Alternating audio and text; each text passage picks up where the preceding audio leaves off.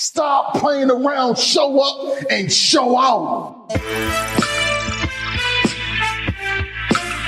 Listen to me. Stop playing around, show up and show out. Welcome to the first episode of the 5th Quarter Living Movement Podcast, where we focus on using the old you to create the new you. I'm your host, Pierre Evans, and I'm excited to jump right into it today. Man, I wasted a lot of time preparing for this podcast. And when I say preparing, I'm not talking about just for this episode. I'm talking about in general, like just putting it together and wanting to make sure that, all of the pieces aligned right and making sure I cross my T's and dotted my I's for every little piece of this. And I promise you, it delayed this so much, right? So everything in here is not going to be perfect. It's not going to be like, oh, he sounds so polished, but over time it's going to get better. And I'm saying that because some of you listening to this have an idea or a vision of starting a podcast.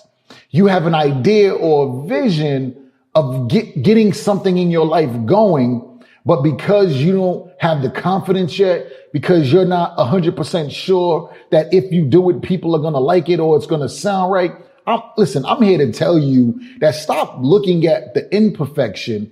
And I just want you to start looking at what you can perfect, right? So I believe this, right? And this is my opinion. It's only my opinion, I promise you. But my opinion is, if you show me somebody intelligent, I can find something that they are extremely dumb in. And if you show me somebody who's extremely dumb, I can find something within that person that they are extremely intelligent in.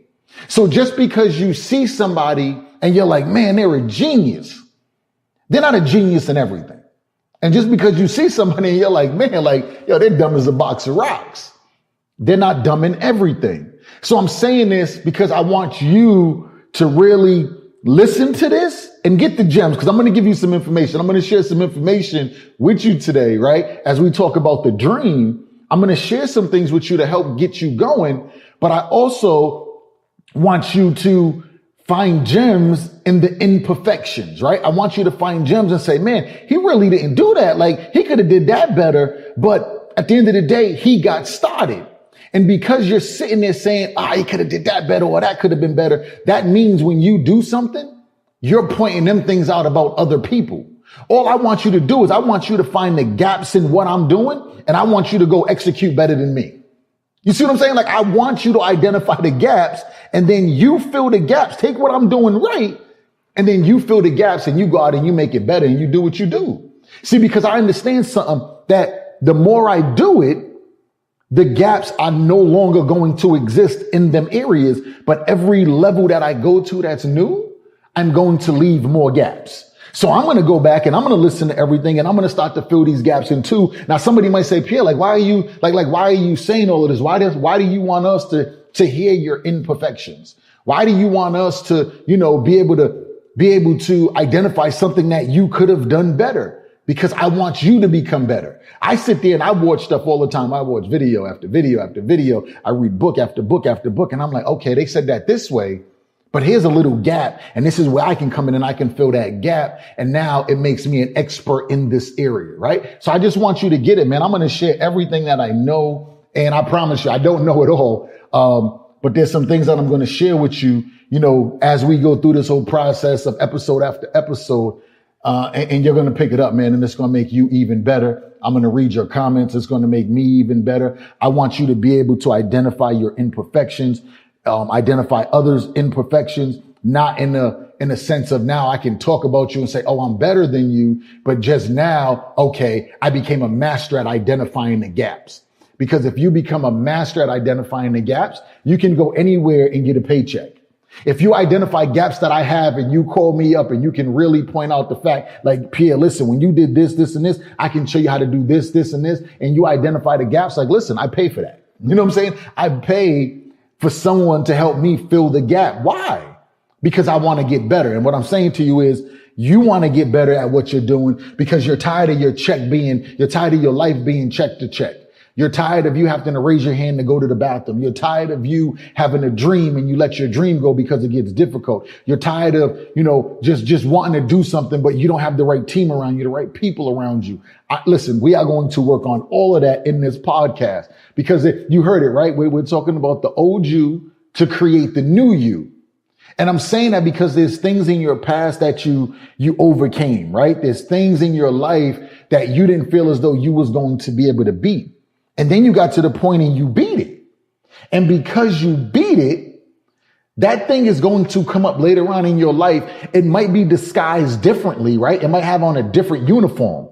It might be in a different environment, but it's still the same problem. So I'm going to help you to be able to identify things in your past that you went through, that you're going through now in your life, but it seems different because you're older now, right? You have kids now that maybe you didn't have before. You have a different job. You have a spouse in your life. So now this problem is camouflaged as something else. And I want to make sure that you're able to identify these things, okay? Because this is the reason you're letting your dreams go. You're taking the free part of your dream, which is you go to sleep at night and you take it, right? You go to sleep at night and you take the vision that's sent to you. You wake up in the morning and you're extremely excited about it. Like you're ready. You're ready to take the world on. And then again, life starts to hit you and you start to get caught up in your day-to-day stuff and you forget about the dream. You can't even sit down and write it, right? It's like everybody, like you had a dream.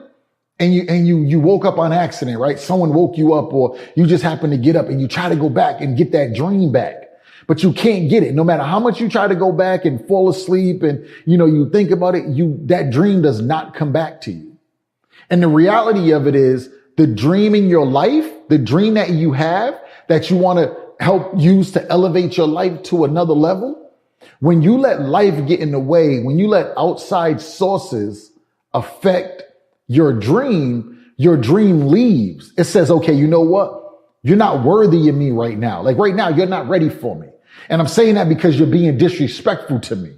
This is your dream having a conversation with you. Like I'm telling you, like, listen, you're being disrespectful to me right now. So I showed up and I put something in front of you, but for whatever reason, you didn't take me serious. You laughed at me, right? You neglected me. You made jokes about me. You didn't think that you was worthy of me, right? So I'm taking that as complete disrespect and your dream's taken off. Like it had this conversation with you and your dream just took off. And I say this because there was, not just, from all of the conversations that I had with people, but because I actually lived it. I had so many visions. I had so many dreams. And when the dream comes, like I execute on it until the problems hit. I execute on it until I hit the roadblocks. And then once the problems hit or the roadblocks come, then I retreat and I wait for the next dream to come. See, because I know another vision's going to come. I'm going to walk down the street and I'm going to see something. I'm going to hear something. I'm going to be watching TV and I'm going to say, whoa, like I would love to live like that. And I'm going to start to visualize, right? I'm going to go to sleep and the dream's going to hit me. Pierre, like, yo, you can really live this way. You can really do these things. And then I'm going to get caught up in life. And when I get caught up in life, I'm going to stop. I'm going to take on whatever life put in front of me at that moment. But because I never took time to write the dream down, I never took time to really give the dream life, I'm stuck until the next one comes. See, in 1995, I dropped out of high school and I call it the dummy gift. It was probably, just before the start of the football season, in 95. And my coach said to me, he said, Pierre, in 94, just before the football season, my coach said, Pierre, this is going to be your last year. You're not going to be able to play next year. So I want you to give it your all.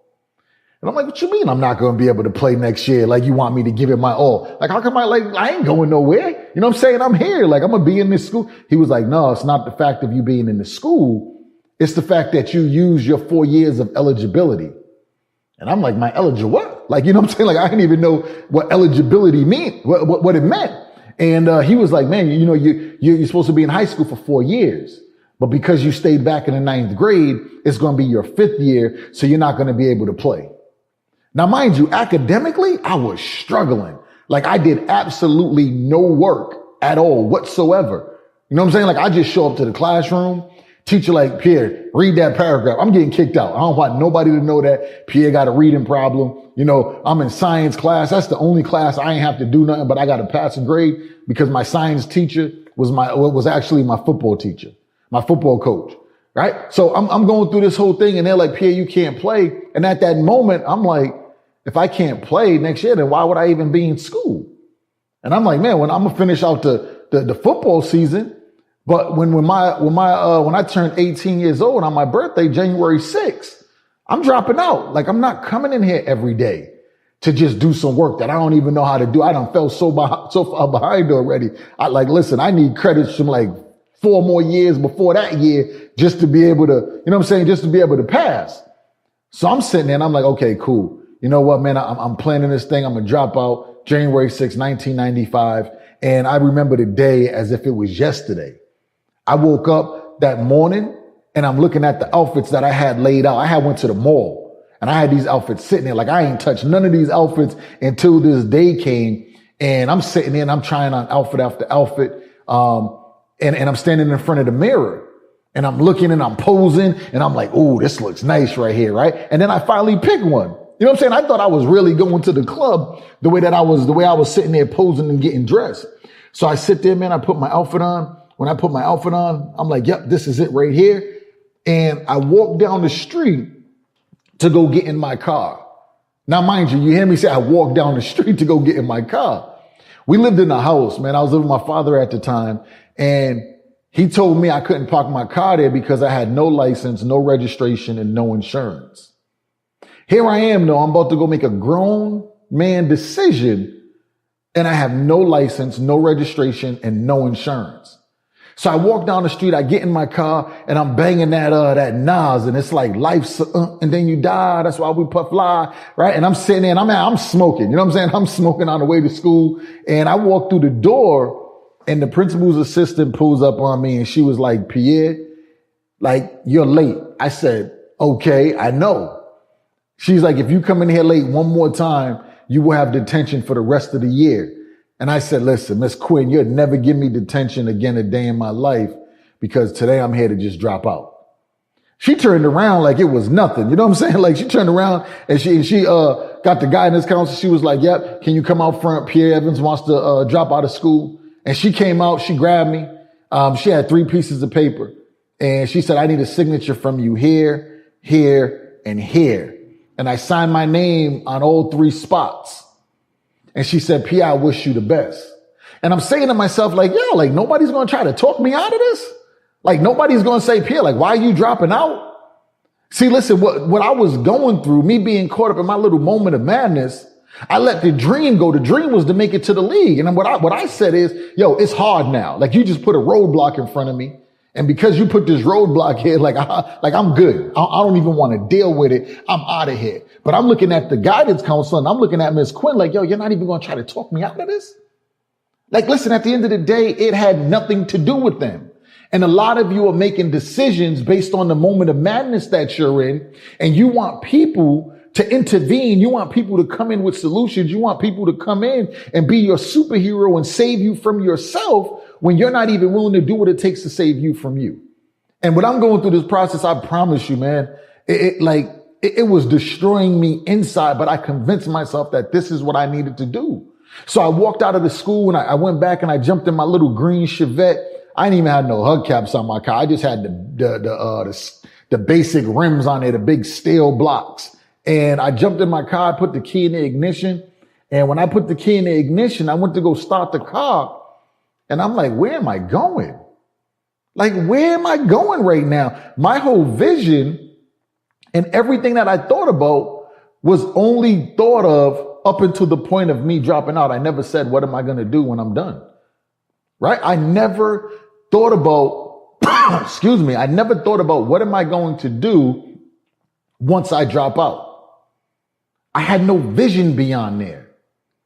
Like my dream, everything was shot up. And all I did was make my life harder because I made decisions based on the moment of madness. because I made decisions that wasn't tied into the dream. The dream said, Pierre, you want to go to the league. If you drop out of school and you don't go to a college, how you get into the league, Pierre? Like, what are you going to do? So what I want you to do is I want you to take your dream right now. I want you to take your dream and I want you to write it down. I want you to write your dream down. I want you to write it and I want you to write it down in detail. I want you to be detailed about your dream.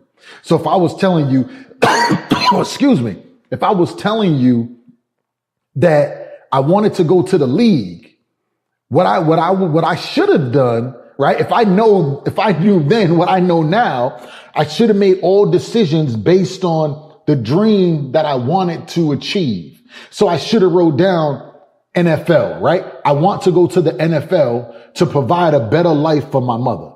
I want to go to the NFL because that's a skill that I have. The coaches can help me to perfect the skill, the right coach, and I can give my mother and I can give myself the life that we deserve. And then every day I woke up, I was supposed to read it. I was supposed to live by it. And every decision I made, everything that came up in my life, all I was supposed to do was say, yep, is this in alignment with getting me to the end result, which is the dream? The dream says NFL. So if I'm making decisions that are not in alignment with getting me to the NFL, which means dropping out of school, I wouldn't have dropped out of school. I'd have said, no, Pierre, you can't drop out. You got to be in school because you got to get to college. Okay, cool, Pierre. Your mom don't have money to send you to college. Okay, great. Let's really focus on these books for this last year of school. And let's see if we can get a PASU academic scholarship. Let's see if we can get our grades up just so I can get a little bit of money to get up in there and I can go play some football. You see what I'm saying? Like I was supposed to stick with it. So I want you to write down the dream. I want you to be detailed about your dream. And I want you to tie into your dream your everyday actions. And when you get frustrated, when you feel like you just want to quit, all I want you to do is I want you to just lock into the dream and read the dream over and say, yup, the dream says boom, boom, boom, boom, boom. In order to do that, I got to do boom, boom, boom, boom, boom every day. And I want you to live by it. But see, one of the things that stop you from living the dream, right? It's easy to dream the dream, but I want you to get to the point where you live the dream. But what's stopping you is the unknown. See, the unknown is painful. It's painful to wake up and take on the day and not know what's going to happen. So when you fall into a routine and you say, yep, I'm going to school. I'm in this school right here. I know how all the teachers are. I got friends in this school. I finally built a nice environment, a nice circle of people. And you start to become very comfortable in this environment that you're in. And you know how people are going to react to you. You know, if you show up late, they're going to react this way. You know, if you call out and you take a day out, they're going to react this way. You know, if you say this, they're going to react like this. So the last thing you want to do is put yourself into an environment where you don't know how people are going to be drawn to you, right? When you don't know how people are going to react to you, that becomes very, very fearful. And you're extremely nervous because it's the unknown.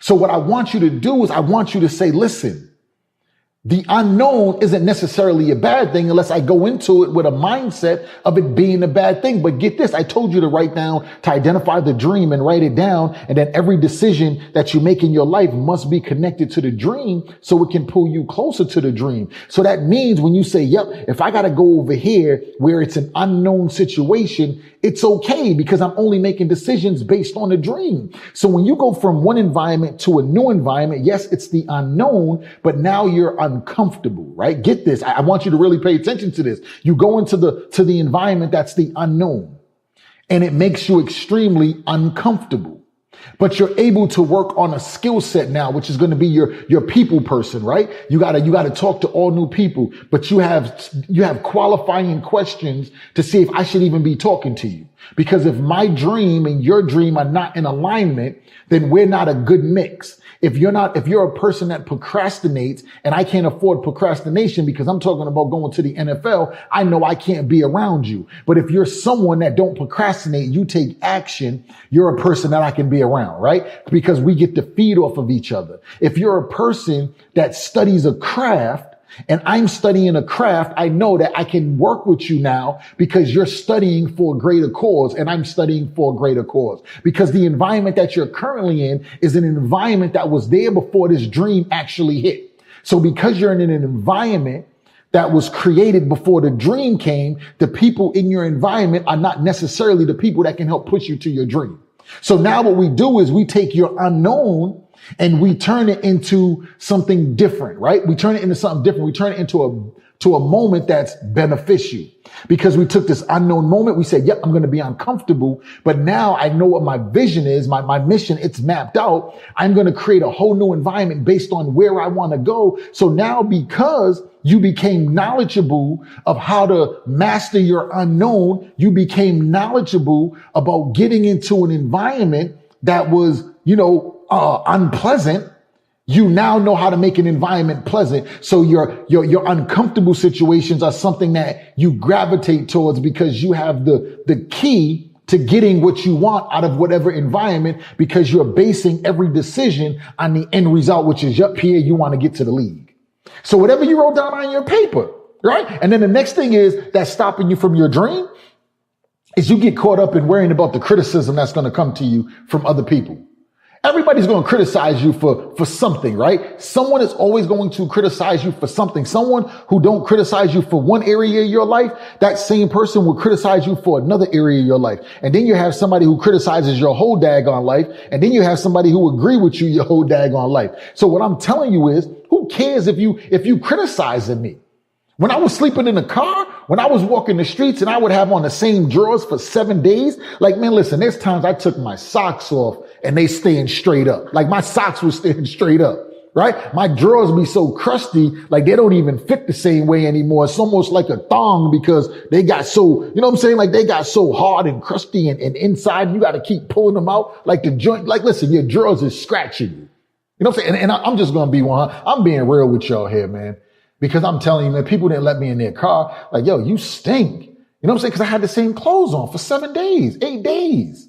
I'm wearing the same thing, same socks, same drawers, same t-shirt, same pants, same sneakers. Like, you know what it's like to have your sneakers on? Listen, wear your sneakers right now for 24 hours, for 24 straight hours. I don't care if they brand new. When you take your shoe off, it's not going to smell brand new anymore. You just had your foot in it, sweating and everything else for 24 straight hours. So imagine having your foot in something, right? For 168 hours. That's how many hours in a week. 168. So you wearing the same thing 168 hours a week, right? So what I'm telling you is criticism is going to come. But what I want you to do is, again, I want you to look at your dream, look at that dream. I want you to read it to yourself, and I need you to sell yourself on yourself every day. Every day, I want you to sell yourself on yourself. And if you do this, you will start to see like, yo, hold on, man. I don't really need you. I don't need you to approve of what I'm doing. I don't even like what it is you're doing. You're going to find that the people that are giving you the criticism are people that aren't even making moves in their lives, right? So if we go back and we look at the first part, like you're in an environment before the dream came to you. So now that a dream came to you, of course, the people in your environment are not the right people because they came before the dream. So what I'm telling you is when you sell yourself on what you want, you start to look at them like, yo, I don't need you. I just need me. Right. So I don't fall into the criticism thing. And don't get me wrong, man. I try 7 days a week, 24 hours a day to, stay focused, not pay attention to criticism, not worry about what people think of me, not worry about all of these little pieces. But I have not went 7 days, 24 hours a day yet, right? It has not happened. I might go 20 hours. I might go, 15 hours in a day. But the thing is, when I hear the criticism, it affects me, but I can shake it off easy now, right? It's easy for me to shake it off because I'm not worried about you. Instantly, when I feel the criticism, I look at big picture, big dream. What's the dream? And this is why you got to write the dream out. The dream is so important because you got to take it from a dream to a vision to reality to where you're not just dreaming the dream, but you get to live the dream. So when I'm looking at it, I'm like, yo, I'm not tripping on how you feel. So I really want you to get to the point where you sell yourself on yourself every day. And you're like, yep, I believe that I can get there. I know I'm going to get there. I don't know how long it's going to take me to get there, but all I know is if I keep pushing and I keep having movement, I'm going to get to the destination, right? So every day, I just want you to sell yourself on yourself, and that's going to help you not eliminate the criticism because it's going to come. I just had somebody post on one of my videos and they're like, yo, like, what type of motivation is this? Like, that's not motivating, or that's like, I'm sitting and when I first looked at it, I'm like, yo, dude just killed me. I'm like, man, I don't even want to put another video up right now. And then I'm like, yo, like, why am I even tripping? Like, who is this dude? Like, I don't even know this dude. You know what I'm saying? Like, I don't even know him. Like, why am I worried about what somebody says about me? I'm not worried about what you say about me more than I'm worried about the people that send me messages and say, Pierre, like, you really helped me change my life. Pierre, you really helped me through this crucial moment in my life. I got things to think about now. I'm not sitting there, but most of you, when you hear criticism, you want to keep listening to the criticism and keep playing it over in your head over and over and over, and you make that your reality. It's not my reality, right? The next reason why a lot of you are getting away from the dream and you let the dream go is because of self-doubt. Self-doubt, like, you doubt yourself. You're like, man, I come from the projects, family broke.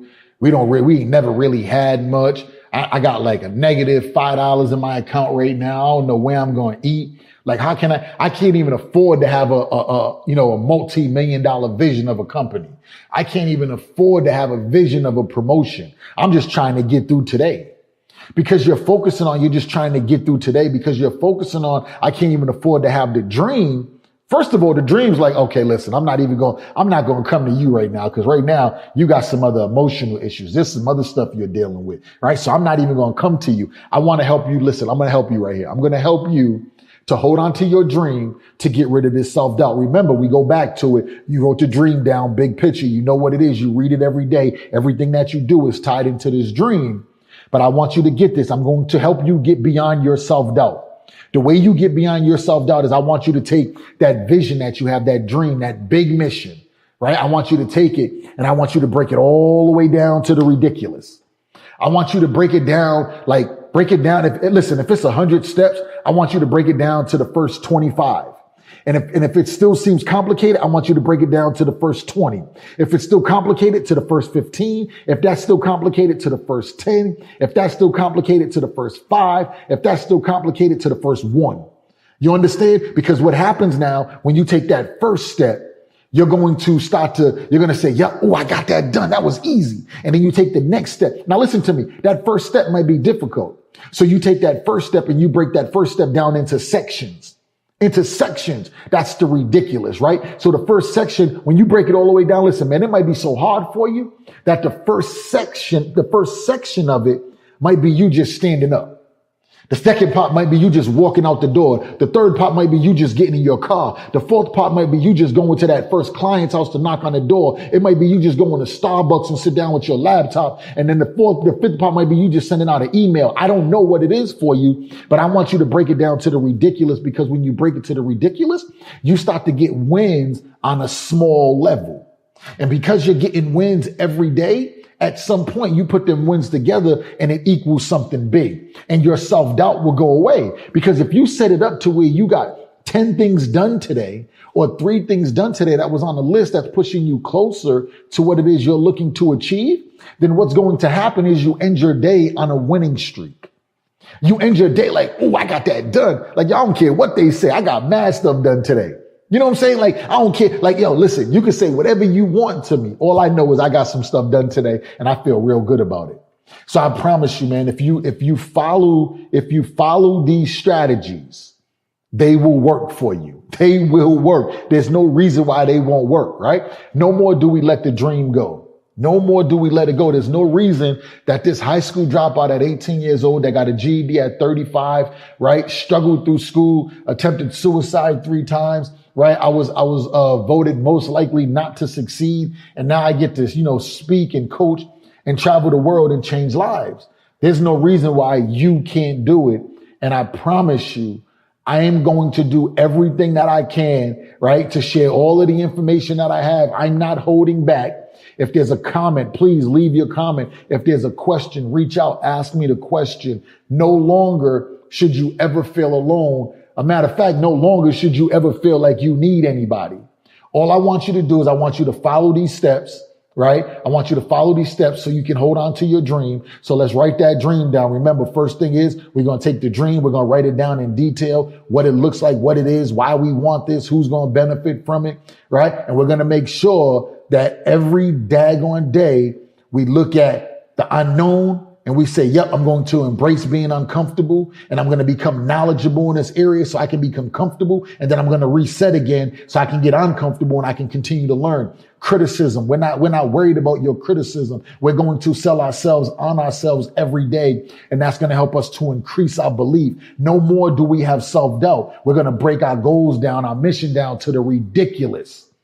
To where we can get up off our butt and we can go out and make stuff happen. And every day, what we're going to do is we're going to reset, and we reset by refocusing, by readjusting, by recommitting, by re-engaging, and we repeat this process every morning we get up, right? So when you wake up in the morning, I don't care how bad your day before was. I don't care what happened to you. I don't care about all your little triumphs and all your little tribulations. I don't care about none of that. I want you to refocus on big picture, refocus on that big dream that you want. And then I want you to make whatever necessary adjustments to shake all that dirt off of you. And then I want you to recommit to selling yourself on that big dream again. Sell yourself on that dream. And then as soon as you're like, yep, I got it, immediately I want you to go re-engage. And then we're going to repeat this process every day. Man, listen, I appreciate y'all tuning in for the first episode of the 5th Quarter Living Movement podcast, where we focus on using the old you to create the new you. Y'all have a great one. Stop playing around. Show up and show out.